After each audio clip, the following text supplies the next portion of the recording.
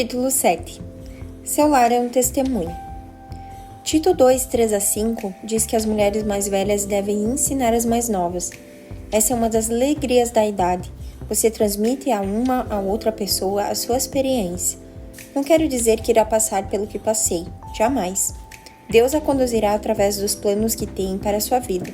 Saber, porém, que Ele foi tão fiel em minha vida, irá ajudá-la a ter certeza de que o será também na sua. Uma das coisas que nós, mulheres mais idosas, devemos ensinar às mais jovens é como ser boa esposa e mãe. Tito 2, 4-5 diz que as mulheres mais velhas devem instruir as jovens recém-casadas a amarem seus maridos e a seus filhos, a serem sensatas, honestas, boas donas de casa e bondosas. Uma outra tradução da Bíblia acrescenta: dispostas a se adaptarem a seus maridos, sendo esta uma boa promoção para a fé cristã. Você também pensa que, para ser uma boa testemunha de Jesus, precise ficar numa esquina e distribuir folhetos.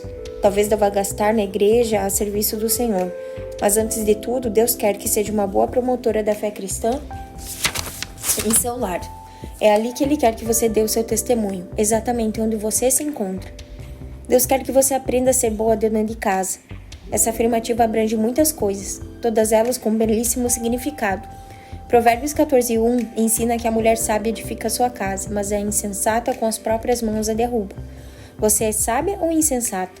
Sente que está derrubando a sua casa e percebe que não pode fazer nada a respeito? Você diz a si mesma: fiz isso hoje e sei que vou repetir amanhã? Então ouça, você está precisando urgentemente entrar em contato com o Senhor Jesus Cristo e pedir ao Espírito Santo que comece a operar em você o que for agradável a Ele, a fim de que possa aprender a ser dona de casa que Deus quer que seja. Eu sei que Deus está interessado no lar, por causa dos muitos versículos bíblicos que mencionam o assunto. Não sabemos muito sobre a vida de Cristo em casa, quando menino, mas uma coisa sempre me intrigou e interessou com respeito à vida de Jesus. Foi o fato dele ter sido carpinteiro. Você não gostaria de ter uma arca feita por Jesus, ou uma cadeira, ou uma mesa? Tenho certeza de que seria perfeita, pois o Senhor Jesus Cristo nunca faria um trabalho de segunda classe. Não faria nada às pressas, nem diria: tenho mais 4 para terminar até o fim do mês, por isso vou correr com o serviço para tirá-lo do caminho. Ele gastava tempo e esforço em tudo que fazia. Isso me ensina que para ser uma boa mãe preciso gastar tempo. Leva tempo para se mobiliar uma casa de acordo com os desejos de Deus. Naturalmente não estou falando de mobília material.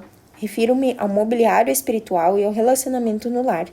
Deus quer que você faça um bom trabalho com respeito às suas relações com seu marido e seus filhos. Ele não quer que se apresse nisso. Você provavelmente já disse alguma vez: que bom, mais 10 anos e eles estarão na faculdade. Ou exclamou: que maravilha, só mais 2 anos e poderão ir para o jardim da infância. Não posso imaginar palavras como essa saindo dos lábios de nosso Salvador. Quando comecei a compreender isso, minha atitude mudou em relação aos meus filhos. Quando terminaram as férias, fiquei triste por terem de voltar à escola. Essa mudança faz parte da transformação que Cristo quer operar em sua vida. Ele quer mudar sua atitude em relação a essas coisas. Você sofreu tanta lavagem cerebral por parte do mundo que está disposta a aceitar qualquer trabalho apressado, inferior, só para ver sua tarefa terminada, antes do fim do mês. Não é essa a vontade de Deus, pois Ele disse: quero que aprenda a ser boa dona de casa. Você se sente prisioneira quando está em casa? Se for assim, precisa que sua atitude seja modificada e precisa de Deus, pois nunca conseguirá fazer isso sozinha. Somente o Espírito de Deus pode transformar essa sua atitude. Seu lar é julgado pelo que produz. Deus diz que nosso lar deve ser uma boa propaganda da fé cristã. Quando seus filhos forem adolescentes, que espécie de propaganda você irá ser para a fé cristã deles? Deus concedeu muita sabedoria a meu marido quando nossas filhas eram bem pequenas. Certo dia, quando uma delas me deu uma resposta atravessada, ele me disse: é assim que você quer que ela se dirija a nós quando tiver 16 anos? Pense nisso. A maneira como seus filhos reagem com relação a você quando são pequenos determinam como vão reagir na adolescência. Em vista disso, precisamos preparar-nos e produzir um produto especial em nosso lar, exatamente como Cristo fez em sua oficina de carpinteiro. Ele quer que o seu lar seja uma boa influência. Deus não se enganou quando pôs no lar em que está vivendo. Prestou atenção? Ele não se enganou quando lhe deu os vizinhos que tem. Também não cometeu nenhum erro quando deu o marido e os filhos que você tem. Ele sabia exatamente o que estava fazendo. Era parte do seu plano para a sua vida, pois sabia que os seus vizinhos precisavam conhecer algo e escolheu você para mostrar-lhes.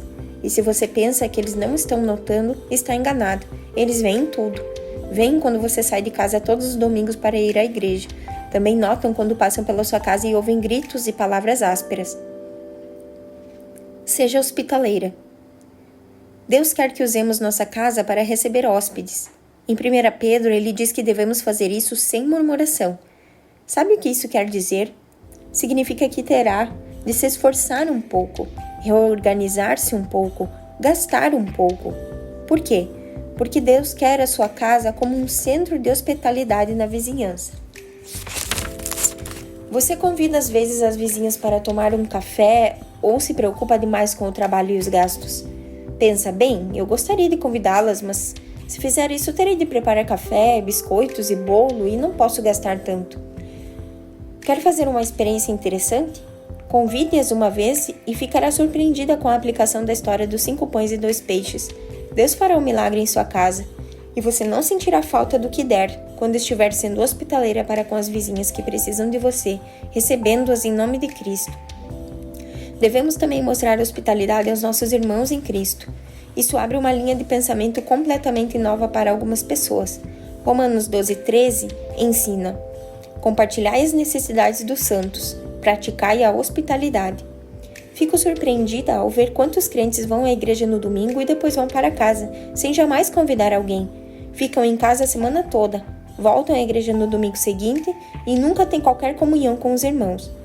Nossa hospitalidade não se limita aos crentes, mas devemos lembrar que há cristãos que precisam dela.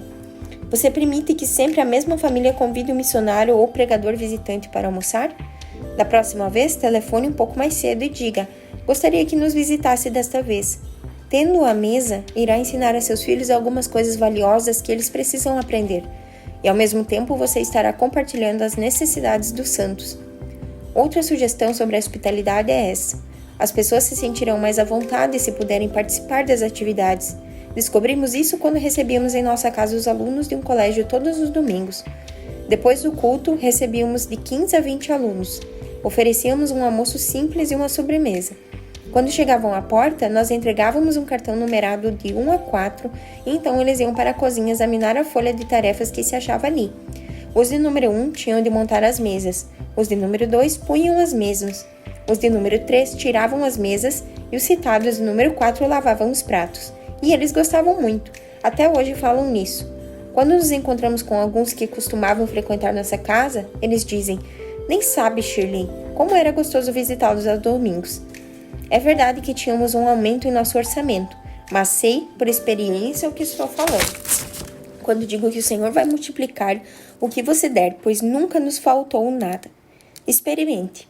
Se vir pessoas desconhecidas na igreja no domingo, convide-as para visitá-las. Se não puder oferecer muita coisa, ofereça o que tem. Diga-lhes: sei que estão visitando pela primeira vez nossa igreja e gostaríamos que nos visitassem. Pode estar certa de que ficarão muito contentes. Isso é usar de hospitalidade sem murmurações. Isso é compartilhar da necessidade dos santos. Experimente. Como resultado, seus filhos serão muito beneficiados. Convide o seu pastor. E os pastores? Sabe, um pastor me contou que todos na igreja pensavam que os outros o tinham convidado, e ele passou semanas sem ser convidado por ninguém. É fácil pensar que ele é muito ocupado, mas não é esse o caso. A não ser que diga: estou tão ocupado que não posso aceitar seu convite. Convide então um pastor auxiliar ou um professor da escola dominical. Nas grandes igrejas há sempre muitas pessoas que poderiam ser convidadas para uma refeição. Procure conhecê-las melhor, procure saber como pensam e como agem. Elas precisam de você tanto quanto você precisa delas. Experimente. Também precisamos usar nossa casa para ajudar os necessitados. Isaías 58, 6 a 7 diz que devemos compartilhar nosso pão com alguém que precisa de seu auxílio. Fiquei emocionada ao ler um artigo numa revista a respeito de uma família de classe média que decidiu adotar uma família pobre.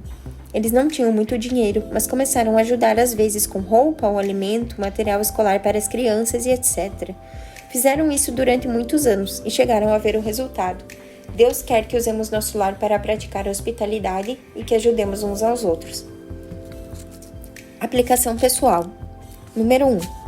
Esta semana convide o pastor e a sua esposa para fazer uma refeição em sua casa. Número 2. Procure descobrir em sua igreja estudantes que moram longe da família ou seminaristas e convide-os para almoçarem com você no domingo. Número 3. Na próxima vez em que sua igreja receber um missionário ou conferencista, ofereça sua casa para hospedá-lo. Não se preocupe se não tiver coisas muito finas para oferecer. O importante é a sua atitude.